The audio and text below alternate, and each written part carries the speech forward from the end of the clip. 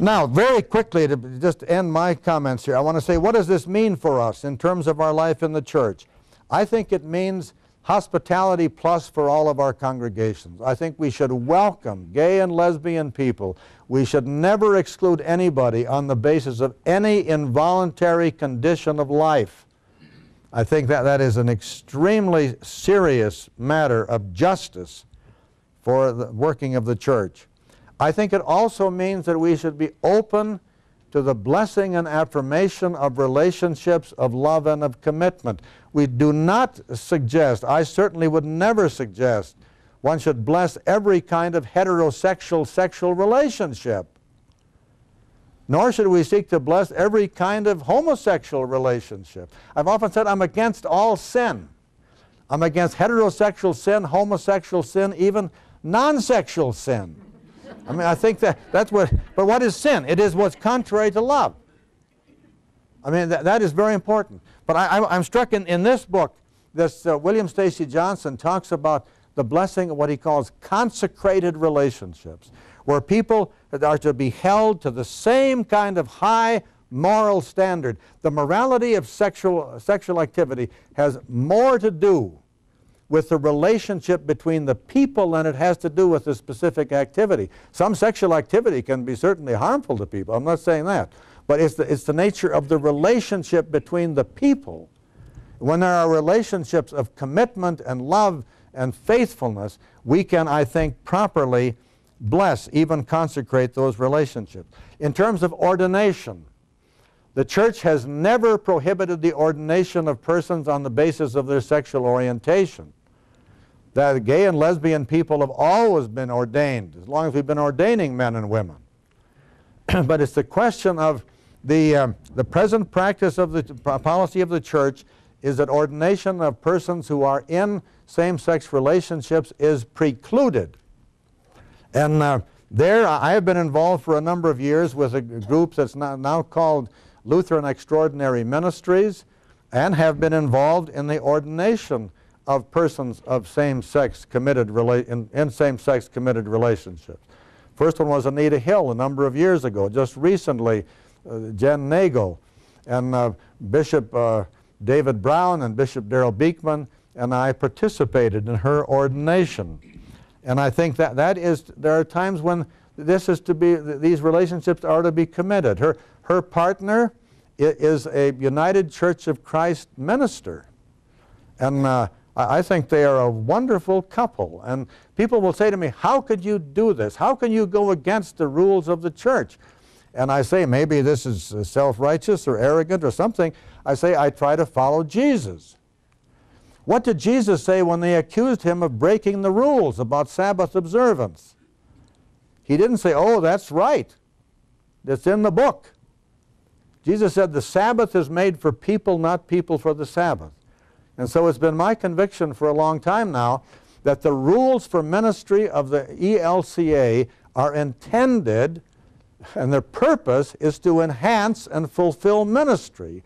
And when you have persons who are obviously qualified theologically and pastorally and all of that, who are in relationships of love and commitment that we believe can be rightly understood as blessed and consecrated relationships, I see there is no reason why they should not be ordained. And when you have a congregation that knows their situation and wants to call them, I think they can rightly be affirmed.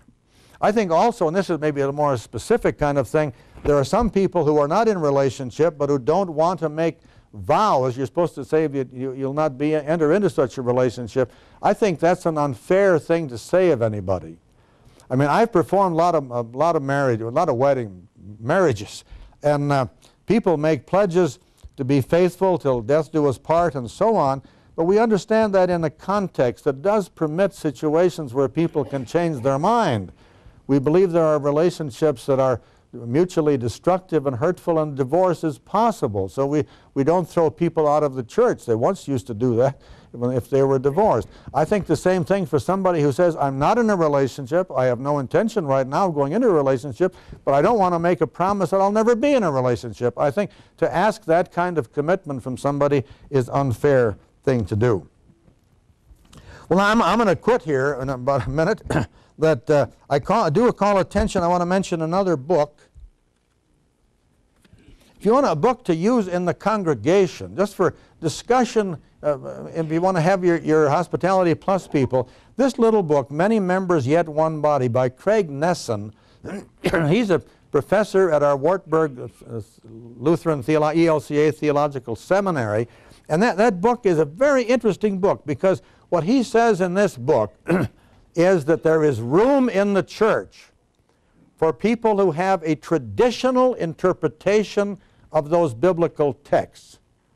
Now, I happen to think that traditional interpretation is not correct, as I've already talked about. But I certainly do not advocate kicking people out of the church who hold that view.